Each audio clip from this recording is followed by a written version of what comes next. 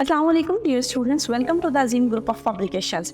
I am Nimradi, your chemistry teacher, and today we are going to discuss few examples of chapter 1 from chemistry book by Azim Academy. So सबसे पहले हमने Avogadro का topic complete किया था, हम उसी से रिलेटेड कुछ एग्जांपल्स को डिस्कस करते हैं।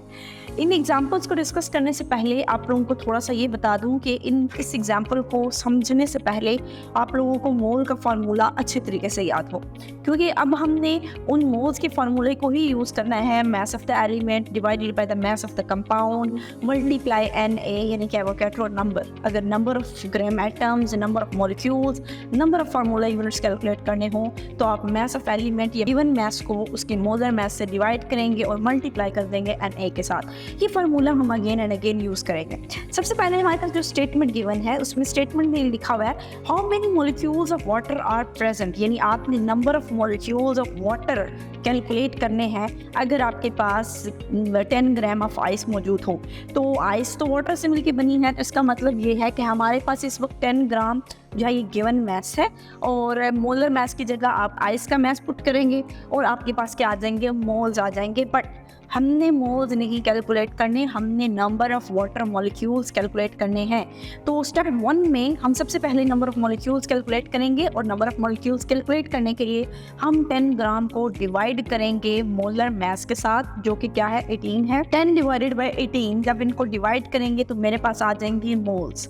ये मोल्स हमारे पास आइस के आगे, लेकिन हमें number of molecules of water चाहिए। तो मैं क्या करूँगी, जब गिवन मैस को डिवाइड करूँगी मोलर मैस से, यानी 10 को डिवाइड करूँगी 18 के साथ, तो इसको मैं इस स्टेटमेंट को मैं मल्टीप्लाई कर दूँगी एवोगैड्रो नंबर के साथ, यानी कि 6.02 मल्टीप्लाई 10 की पावर 23 से मैं उसको मल्टीप्लाई करूँगी। तो जो मेरे पास आंसर आ रहा है that is number of molecules of the water. तो सबसे पहले स्टेटमेंट में ये था कि आपने number of molecules of water calculate करनी है। उसको कैलकुलेट करने के लिए आपने गिवन मैस को उसके मोलर मैस से डिवाइड किया और मल्टीप्लाई कर दिया एवोगैड्रो नंबर के साथ। नेक्स्ट स्टेटमेंट वो ये कहते हैं calculate the number of atoms of hydrogen, यानी आपने हाइड्रोजन के नंबर ऑफ एटम्स भी कैलकुलेट करने हैं और आपने ऑक्सीजन के नंबर ऑफ एटम्स भी कैलकुलेट करने हैं। अभी तक हमने सिर्फ मॉलिक्यूल्स के कैलकुलेट किए थे, वाटर के मॉलिक्यूल कैलकुलेट किए थे। अब हमने कैलकुलेट करना है कि इस वक्त हाइड्रोजन की अमाउंट कितनी अवेलेबल है, हाइड्रोजन के कितने एटम्स अवेलेबल हैं। इसी तरह आपके पास ऑक्सीजन के नंबर ऑफ एटम्स को हम कैलकुलेट करेंगे। ऑक्सीजन के नंबर ऑफ एटम्स को कैलकुलेट करने के लिए अगर मैं फार्मूले को देखूं तो मेरे पास एक वाटर का मॉलिक्यूल जो है उसमें इस वक्त नंबर ऑफ ऑक्सीजन एटम क्या है 1।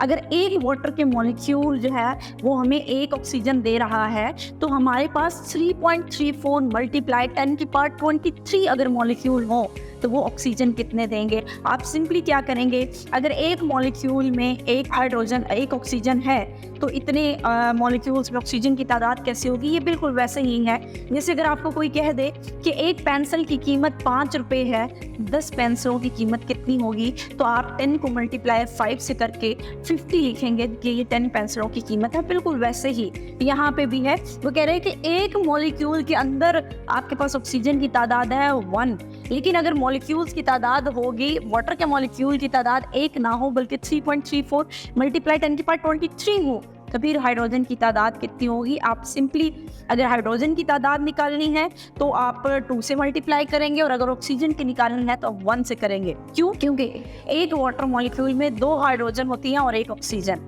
तो एक वाटर मॉलिक्यूल में एक ऑक्सीजन, और अगर 3.34 मल्टीप्लाई 10 की पावर 23 मॉलिक्यूल्स होंगे तो आप उसको सिंपली 1 से मल्टीप्लाई करके आप number of oxygen atoms calculate कर सकते हैं। इसी तरह अगर आपको कहा जाए कि नंबर ऑफ ऑक्सीजन एटम के बजाय आप number of hydrogen atom calculate करें, तो जो आपके पास नंबर ऑफ मॉलिक्यूल्स मौजूद हैं वाटर के दैट इज इक्वल टू 3.34। ये कहाँ से आए, जब हमने गिवन स्टेटमेंट को मोलर मास से मल्टीप्लाई करके उसको मल्टीप्लाई किया था Na के साथ, तो हमारे पास number of molecules of water आ गए थे। अब वो ये कहते हैं कि एक मॉलिक्यूल जो वाटर का है उसमें हाइड्रोजन की तादाद कितनी है 2, क्योंकि H2O है, तो 2 हाइड्रोजन है आपके पास एक मॉलिक्यूल में, और अगर आपके पास एक मॉलिक्यूल के बजाय 3.34 मल्टीप्लाई 10 की पावर 23 मॉलिक्यूल्स हों तो फिर कितने हाइड्रोजन्स होंगे। आप सिंपली 2 को मल्टीप्लाई कर देंगे 3.34 से और आपका जो आंसर बनेगा दैट इज 6.68 मल्टीप्लाई 10 की पावर 23। 6.68 मल्टीप्लाई 10 की power 23 that is the number of hydrogen atom and 3.34 multiply 10 की power 23 that is the number of oxygen atom. अब मेरे पास नंबर ऑफ हाइड्रोजन एटम भी आ गया, मेरे पास नंबर ऑफ ऑक्सीजन एटम भी आ गया। सबसे पहले हमने नंबर ऑफ मॉलिक्यूल्स कैलकुलेट किए, नंबर ऑफ मॉलिक्यूल्स कैलकुलेट करने के बाद हमने number of hydrogen atom calculate किए, number of hydrogen atom calculate करने के बाद हमने number of oxygen atoms calculate कर लिए। अब आपने टोटल नंबर ऑफ एटम्स भी कैलकुलेट करने हैं और टोटल बॉन्ड्स कैलकुलेट करने हैं। एक वाटर के मॉलिक्यूल के अंदर 3 एटम हैं, 2 हाइड्रोजन और 1 ऑक्सीजन। अगर एक मॉलिक्यूल है तो टोटल 3 एटम बन रहे हैं। लेकिन अगर इस 1 की जगह मैं कहूँ कि 3.34 मल्टीप्लाई 10 की पावर 23 मॉलिक्यूल्स हो जाएं तो क्या होगा? आप इस 3 को मल्टीप्लाई कर देंगे 3.34 मल्टीप्लाई 10 की पावर 23 के साथ, तो आपके पास क्या चीज़ आ जाएगी? आपके पास total number of the atoms आ जाएंगे कि हमारे पास 2 हाइड्रोजन प्लस 1 ऑक्सीजन, तो टोटल 3 एटम है और 3 एटम्स को आप मल्टीप्लाई कर देंगे 3.34 मल्टीप्लाई 10 की पावर 23 के साथ। इसी तरह लास्ट में उन्होंने कहा है कि बताएं वाटर के मॉलिक्यूल्स के अंदर टोटल कोवेलेंट बॉन्ड कितने हैं। अगर आप लोगों को थोड़ा सा स्ट्रक्चर याद हो अपनी 9th क्लास का, तो हम कहते हैं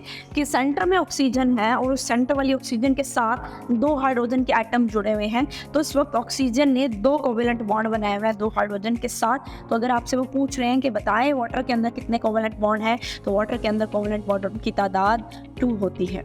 आई होप कि आप लोगों को इस एग्जाम्पल की समझ आ गई होगी। इसको आप लोग अपने रजिस्टर्स पे प्रैक्टिस करें, लेकिन इस एग्जाम्पल को याद करने से पहले मुख्तलिफ एलिमेंट्स के एटॉमिक नंबर्स को याद करें और मोल्स के फार्मूले को रिवाइज करें। और याद रखिएगा, जब भी नंबर ऑफ एटम्स या नंबर ऑफ मॉलिक्यूल्स या number of formula units calculate होते हैं तो उनमें मोल्स को मल्टीप्लाई NA के साथ किया जाता है। आज के लिए इतना ही। अल्लाह हाफिज़।